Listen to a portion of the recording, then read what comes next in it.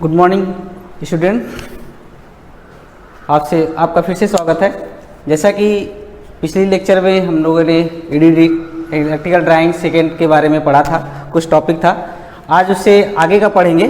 जो नया टॉपिक है उसी में एस्टिमेटिंग कॉस्टिंग में वो है कि श्रम मूल्य ज्ञात करना, यानी कि कैसे श्रम मूल्य ज्ञात की जाती है। अगर हम कोई इंस्टॉलेशन कर रहे हैं, कोई सामग्री लगा रहे हैं कहीं पे, तो उसका कैसे हम उसका श्रम यानी श्रम मूल्य कैसे ज्ञात करेंगे उसको। इसका तीन तरह से निकाले जा सकते हैं। पहला तो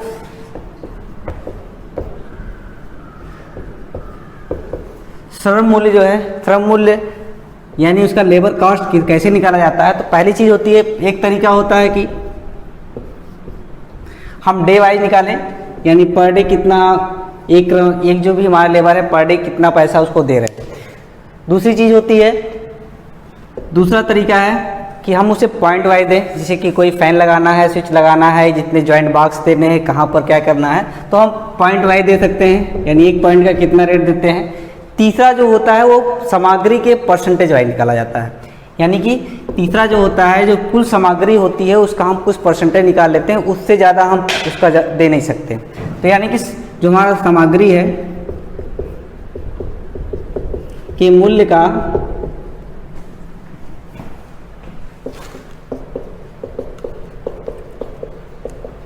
प्रतिशत निकाल के, तो तीन तरीका होता है। तो पहला होता है डे वाइज। तो डे वाइज देखते हैं, अलग अलग जगह पे अलग अलग रेट होते हैं, शहर में अलग होते हैं और गांव में अलग होते हैं। तो अलग अलग जगहों पे अलग अलग रेट होते हैं। तो देखते हैं जो डे वाइज, पहला है डे वाइज देखते हैं कि जो श्रमिक होते हैं वो तीन तरीके से होते हैं। पहला तो होता है कुशल श्रमिक, दूसरा होता है अर्धकुशल श्रमिक, तीसरा होता है अकुशल श्रमिक, यानी जो ट्रेंड नहीं है। तो इसको हम शहर और गांव में अलग अलग तरीक़ों से दे दिया जाता है इसका रेट। इसको आज के समय में भी रेट जो है बदल रहे हैं धीरे धीरे, कि श्रम मूल्य भी बढ़ता जा रहा है, दिन प्रतिदिन देखा जाता है। तो पहली चीज़ देख लेते हैं हम लोग शहर में, यानी जो क्षेत्र है शहर में कितना होता है। एक कुशल श्रमिक,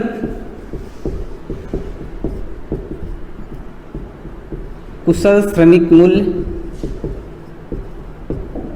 दूसरा हो गया अर्ध कुशल श्रमिक मूल्य,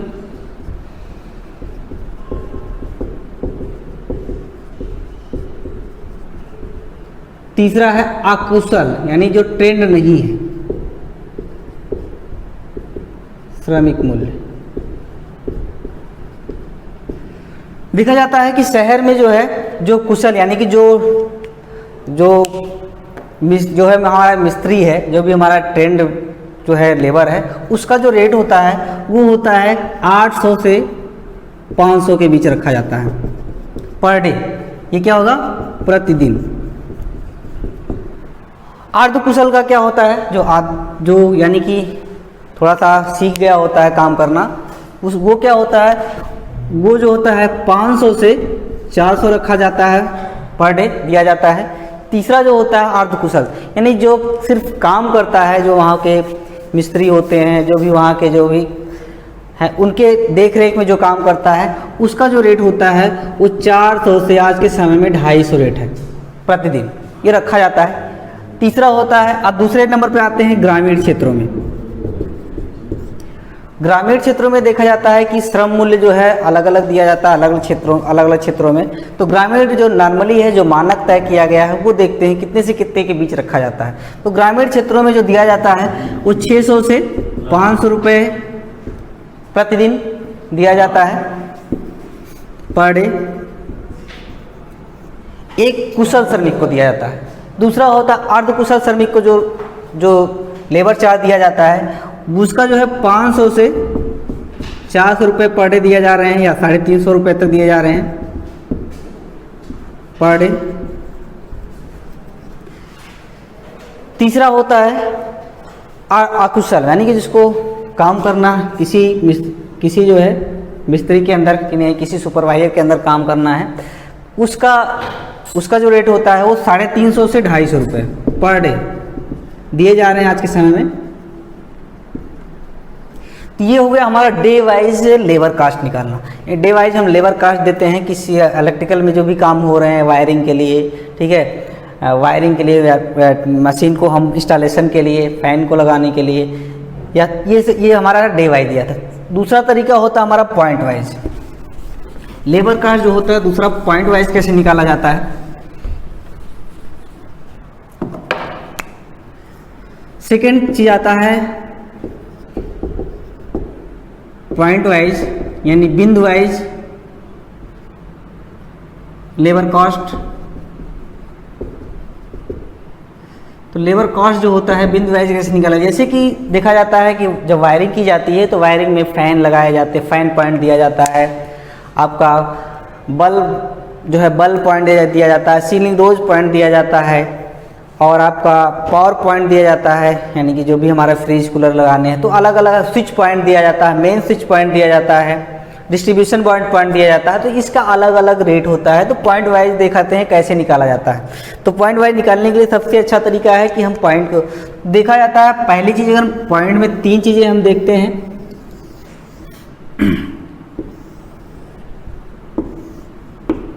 क्रम संख्या, फर्स्ट सेकेंड थर्ड जो भी है, जो कार्य है, किस कार्य बिंदु, किस बिंदु पे हम कार्य कौन सा पॉइंट लगा रहे हैं। तीसरा होता है दर, प्रति दर तम मूल्य। देखते हैं जैसे कि हमें लगाना है, आपका मेन स्विच लगाना है। मेन स्विच बोर्ड आपके घरों के बाहर लगा होता है। सबसे पहले सप्लाई आपके मीटर में आती है, मीटर के बाद मेन स्विच बोर्ड लगता है। मेन स्विच बोर्ड में आपका क्या क्या लगे होते हैं, आपके मेन स्विच बोर्ड में चेंज ओवर लगा होता है, फ्यूज लगे होते हैं। आप लोगों ने देखा होगा किट कैट फ्यूज अधिकतर इस्तेमाल की जाती है। तो उसको अगर लगाना है, उस पॉइंट को अगर लगाना है, यहाँ पे मेन स्विच बोर्ड लगाना है, तो उसका कितना रेट होना चाहिए। तो ध्यान देते हैं, मुख्य स्विच बोर्ड अथवा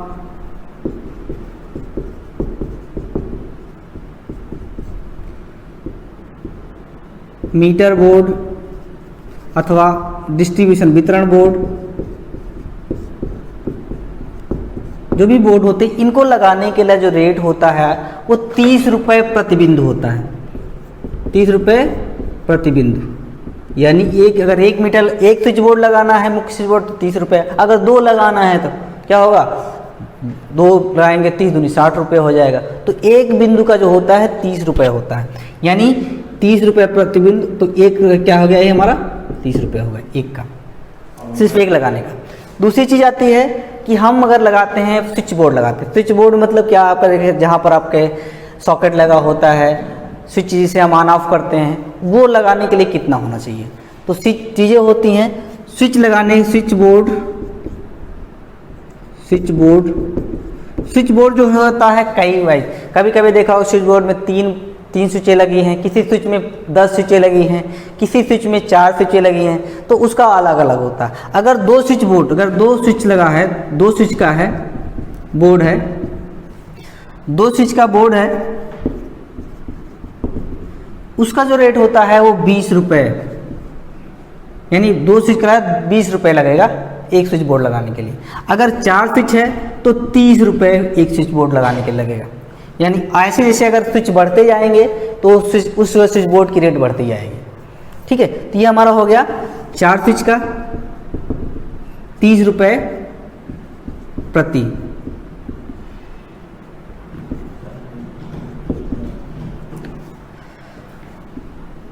अगर जितना बढ़ता जाएगा उतना बढ़ता जाएगा। और लास्ट होता है हमारा, तीसरा आता है हमारा fan point, bulb point, tubelight point, या कहीं सॉकेट पॉइंट देना है पावर पॉइंट के लिए, तो उसका रेट कितना होता है देखते हैं। इसमें क्या आता है आपका फैन,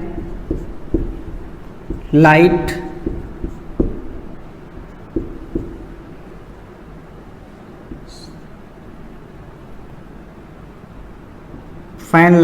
ट्यूबलाइट, ये सब जहाँ लगाए जाते हैं उसके कितने, उसको जो होते हैं 25 रुपये प्रति लगाया जाता है। यानी एक फैन लगाना हो गया किसी पॉइंट पे, किसी पॉइंट पे उसको देना हो गया तो उसको 25 रुपये लेगा। ठीक है, 2 लगाना हो 50 रुपये लेगा। इस अनुसार हमारा प्रति बिंदु हम निकाल लेते हैं। जितने आपका वायरिंग में जैसे 50 फैन लगने हैं, 50 इंटू कितने कर देंगे, 25 कर देंगे। तो यानी कि 50 इंटू 25 कर 50 फैन लगाने हैं आपको, 50 फैन लगाने हैं आपको और एक बिंदु का हमने 25 रुपये ले रहे हैं, तो कितना लेबर चार्ज हो जाएगा? 50 इंटू 50, यानी कि 1250 रुपये सिर्फ और सिर्फ लेबर चार्ज देना पड़ जाएगा आपको। ठीक है, इस तरह से हम निकाल लेते हैं लेबर चार्ज। किस तरह? पॉइंट वाइज निकालते हैं। तो दूसरा तरीका ये हो गया, हम उसे डे वाइज ना देके हम बिंदु वाइज देंगे पैसा उसको।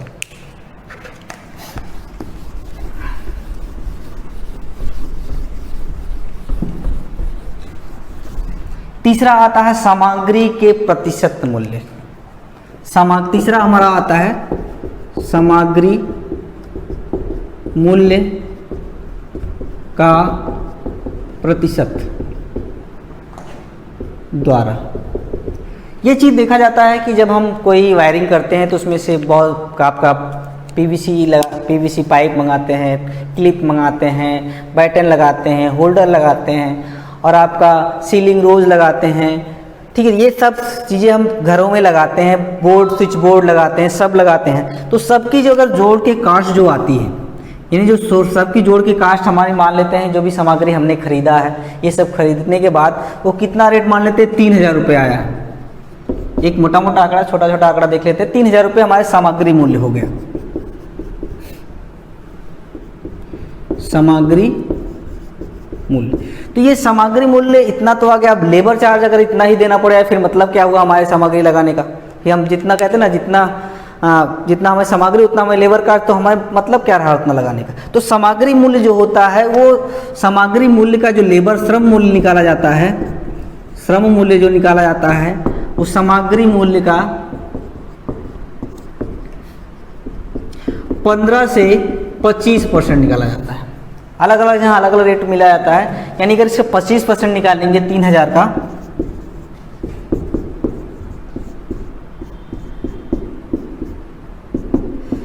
यानी 750 रुपये आपको देना पड़ जाएगा। क्या? इसका लेबर कास्ट, यानी 3000 का आपको सामान लगा, 750 रुपये आपने लेबर कास्ट दे दिया, आपका श्रम मूल्य निकल आया। जिससे आपको क्या होता है, कभी भी आपको किसी देख रेख की जरूरत नहीं। आपने सामान लिया है, उससे आपने लेबर कास्ट निकाल के उतना रुपये देना, आपको ऐसे लगाना है, आपको उतने में ही लगाना, उससे कभी ज़्यादा नहीं देंगे पैसा। ठीक है, तो ये होगा तीसरा तरीका होगा लेबर कास्ट निकालने का। ये तरीका होगा वायरिंग। आगे चलते हैं। नेक्स्ट चीज आती है वायरिंग या एस्टिमेटिंग कॉस्टिंग में आता है क्रय मूल्य। क्रय मूल्य यानी कि किसी क्रय प्रणाली आता है, क्रय प्रणाली किसी चीज़ को खरीदना है, यानी हम जो भी वायरिंग में सामान लग रहे हैं उसको जो क्रय प्रणाली किस तरह से की जाती है, इसको ध्यान रखेंगे।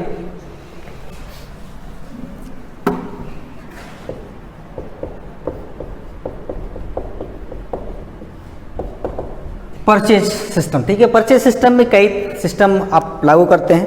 पहला चीज़ होता है कि आप मांग पत्र देते कि इतनी हमें आवश्यकता है, इतनी सामग्री की हमें आवश्यकता है, कोई भी परियोजना कोई भी प्रोजेक्ट पूरा करने के लिए इतनी सामग्री की हमें आवश्यकता है, जिससे समय पे हम समय को क्या करें, हमें जो हमारा सामग्री हो उसकी कमी ना हो और हमारा काम ना रुके। तो इसके लिए हम क्या करें, पहले से हम उतने चीज़ों का परचेज करके स्टोर रूम में डाल देते हैं। तो वो क्रय प्रणाली के लिए कई होते हैं। पहला चीज़ होता है मांग पत्र। क्या होता है? मांग पत्र। मांग पत्र में क्या है, लिस्ट बनाएंगे इतनी चीज़ों की हमें ज़रूरत है, कितनी सामग्री की हमें ज़रूरत है। दूसरी चीज़ आती है, दूसरा चीज़ आता है हमारा मूल्य आमंत्रण। अब इतनी जितनी भी सामग्री हमने मांग लिया, अब उसका मूल्य कितना है, आप मूल्य आप तय करें, जो नेक्स्ट तय है तो उसका मूल्य कितना होता है। तो मूल्य आमंत्रण में हमारा जो होता है उसमें तय होता है। मूल्य आमंत्रण में 3 चीज़ें आती हैं, मूल्य आमंत्रण, कोटेशन और टेंडर। ठीक है, 3 चीज़ें दी जाती हैं। टेंडर जो होता है वो हाई जो है, जब ज़्यादा महंगी या ज़्यादा बड़े प्रोजेक्ट होते हैं तो महंगे, जितना ज़्यादा सामान की ज़रूरत होती है तो वहाँ रेट बढ़ जाते हैं, तो वहाँ पर हम टेंडर देते हैं। कम सामान लगाना है तो रेट भी, उसके मूल्य भी कम होगा, तो वहाँ पर हम क्या कोटेशन लगाते हैं। उससे कम रहा तो हम मांग पत्र देते हैं छोटे से काम के लिए। तीसरा चीज़ आता है हमारा तुलनात्मक विवरण। तुलनात्मक विवरण मूल्य। तुलनात्मक विवरण मूल्य में देखा जाता है कि बंद हो गया, चल रहा है, चल रहा। हाँ, तुलनात्मक विवरण मूल्य में देखा जाता है कि काट दीजिए, फोन काट दीजिए। तुलनात्मक विवरण मूल्य में दिया जाता है जो भी हम अलग अलग जगह में देखा जाता है, अलग अलग फर्म में जो होता है अलग अलग रेट होता है। यानी एक ही स्विच है, मान लेते हैं अगर एक ही स्विच है, कई कंपनियां हैं, आर के लाइट है, ठीक है, आर के लाइट का बन के आता है, आपका हैवेल्स का बन के आता है, तो अलग अलग फर्म में अलग अलग, इसी स्विच का अलग अलग फर्म में अलग अलग रेट होता है। तो हम उसमें देखते हैं कौन सा, जो तुलना करते हैं कहाँ पर कितना रेट, इसमें मान लेते हैं 20 रुपये प्रति है, इसमें मान लेते हैं 25 रुपये प्रति है, चीज़ें वही स्विच हैं लेकिन अलग अलग कंपनी अलग अलग रेट में देती हैं। तो हम तुलना करते हैं, तुलनात्मक विवरण का एक लिस्ट बनाते हैं, उसमें देखते हैं, सब अलग फॉर्म से मांगते हैं कि आपका कितना कितना है, तो वो फॉर्म देती हैं, तो फॉर्म से हम तुलना करते हैं किसका रेट कम है, ठीक है, तो वही हमने क्या करते हैं, उसी को हम क्या करते हैं, परचेज कर देते हैं, ठीक है, उसको हम परचेज करने के लिए ऑर्डर दे देते हैं। तीसरा होता है, हाँ सॉरी, इसके तीसरा आता है, चौथा नंबर पे आता है क्रय आदेश। क्रय आदेश यानी परचेज ऑर्डर। जब हम तुलना कर देते हैं तो हम परचेज कर देते हैं, हम जो भी सामग्री होती है, परचेज ऑर्डर। याद रखिए, इसमें ध्यान रखा जाता है कि जो भी हम सामग्री का ऑर्डर दे रहे हैं वो निम्नतम मूल्य और अच्छी क्वालिटी का होना चाहिए, यानी लो कॉस्ट और हाई क्वालिटी का होना चाहिए। इस चीज़ को बहुत ध्यान रखा जाता है। अगर आप परचेज ऑर्डर दे रहे हैं, अगर वो हाई रेट का हो तो फिर मतलब वो परचेज ऑर्डर का कोई सिस्टम नहीं बनाना, वो कम रेट और हाई क्वालिटी का होना चाहिए। ये कहाँ से निकल के आता है, तुलनात्मक विवरण मूल्य से निकल के आता है। तो इस चीज़ को आप बहुत ध्यान से रखेंगे। तीसरा, जब हमने क्रय आदेश दे देते हैं कि हम उसे परचेज ऑर्डर दे देते हैं, उसका एक लेटर बनता है, उस लेटर को हम बताएंगे परचेज ऑर्डर का लेटर कैसे होता है, तुलनात्मक विवरण का फॉर्मेट क्या होता है, और मांग पत्र का फॉर्मेट क्या होता है, टेंडर का क्या फॉर्मेट होता है, कोटेशन का फॉर्मेट होता है। मैं आपको एक लेटर बनाऊंगा, एक जो है लेटर बनाएंगे, प्रपत्र तैयार करेंगे, उसमें आपको याद रखेंगे, कभी भी आपको अगर वो मिलता है तो आप पहचान जाएंगे एक क्या चीज़ है, या आपको कभी बनाना पड़ जाएगा तो आप उससे आसानी से बना सकते हैं वो फॉर्मेट। जैसे आप प्रिंसिपल सर को क्या करते हैं, अब प्रिंसिपल सर को एक लेटर क्या प्रार्थना पत्र देते हैं, जो भी होते हैं एप्लीकेशन देते हैं, तो उसका एक फॉर्मेट होता है, उस फॉर्मेट से अगर इधर उधर करते हैं तो फॉर्मेट समझ से बाहर होता है या उसे एक्सेप्ट नहीं किया जाता। ऐसे इनके भी आदेश जो भी लेटर होंगे, जो भी प्रपत्र होंगे, जो भी एप्लीकेशन होंगे, वो आपको उस फॉर्मेट में देने होते हैं। तो इसको आपको सीखना पड़ेगा, इसको आपको जानना पड़ेगा, क्योंकि आपको लेटर लिखने के लिए आता है। इसके बाद आता है, आपने क्रय आदेश दे दिया कंपनी को, या किसी भी लिमिटेड कंपनी को दे दिया, फॉर्म को दे दिया कि हमें इतनी चीज़ की ज़रूरत है। अब वो जैसे ही आप लेटर देते हैं, वो क्या करता है, ऑर्डर करता, आपका जो सामान पैक करता है, पैकेजिंग करके क्या करता है, आपके घरों पे भेज देता है, आपके पर्टिकुलर एड्रेस पे क्या करता है, उसे भेज देता है। तो ये आपका तीसरा आता है। अब तीसरा चीज़ आता है, उसके निरीक्षण करेंगे। निरीक्षण मतलब क्या है, जो भी आपने सामान मंगाया है वो सही है या नहीं सही है, वो सही है या नहीं सही है, इस चीज़ को आप ध्यान रखेंगे। जैसा कि आपने कोई सामान ऑर्डर किया, आपने देखा इतने रुपए का, तो दूसरा सामान भेज दिया उसने, तो फिर आप पहले आप उसको क्या करेंगे, रेट आप पहले उसका पेमेंट नहीं करेंगे, पहले आप उसका निरीक्षण करेंगे। यानी उसको क्या करेंगे, निरीक्षण करेंगे, यानी इंस्पेक्शन करेंगे कि सामान सही है या नहीं सही है। जब आप सामान आपके घरों पे आ जाता है, इसके बाद हम उसको क्या करते हैं, पैसा पेमेंट करते हैं। उसके बाद का सिस्टम होता है भुगतान, पेमेंट करते हैं। लास्ट में आप क्या करते हैं, जब देखते हैं सारी चीज़, तो उसको क्या है, पेमेंट। ये कंडीशंस होते हैं, कंडीशंस जो भी होते हैं, जो भी टर्म एंड कंडीशन होते हैं, वो कंपनी के थ्रू अलाउ आप लगते हैं, आप पे लगते हैं और कंपनी पर भी लगते हैं। वो आपका एग्रीमेंट होता है, उसी एग्रीमेंट वाइज चलता है कि आप कितने दिन में पेमेंट करेंगे, उससे के अंदर ही पेमेंट करना है, 10 दिन, 15 दिन, 20 दिन, 30 दिन। तो आप वो क्या होता है, भुगतान उतने दिन के अंदर कर देना होता है। या जो भी कंपनी भेज रही है तो वो आपको कहती है कि इतने दिन में हमें पर देना, नहीं तो आप पे क्या टैक्सेस, क्या रेट बढ़ने लगते हैं, फिर आप पे केसेस किए जा सकते हैं। ठीक है, तो ये चीज़ें होती हैं। इसके निरीक्षण के बाद क्या होता है, पेमेंट हो जाता है। ये तरीका हुआ क्या, नहीं कि ये हमने एस्टिमेटिंग कॉस्टिंग में जितने भी प्रोसीजर हमने इस्तेमाल किए हैं, क्रय यानी परचेजिंग में, परचेजिंग सिस्टम में ये सारी चीज़ें आती हैं। पहली चीज़ क्या हो गई, मांग पत्र। दूसरा, मूल्य आमंत्रण, फर्म को भेजते हैं कि आपका कितना कितना रेट है। तीसरा है तुलनात्मक, तीनों को हम जो भी हमारा सब अलग कंपनी को हमने जो लेटर भेजा था, उससे जो उसके जो मूल्य लिस्ट आई थी, जो प्राइस लिस्ट आई थी, उससे हमने मिलाया, जो कम रहा उसी को हम क्या करता है फिर क्रय आदेश दे देंगे। इसके बाद क्या रहेंगे, उस जो भी सामान आएगा उसको हम निरीक्षण करेंगे, फिर उसका भुगतान कर देंगे। ठीक है, तो ये हमारे क्या होते हैं, जो है 6 प्रोसीजर इस्तेमाल किए जाते हैं, 6 को हम याद रखेंगे। आज के लिए इतने हैं, कल हम फॉर्मेट बनाएंगे।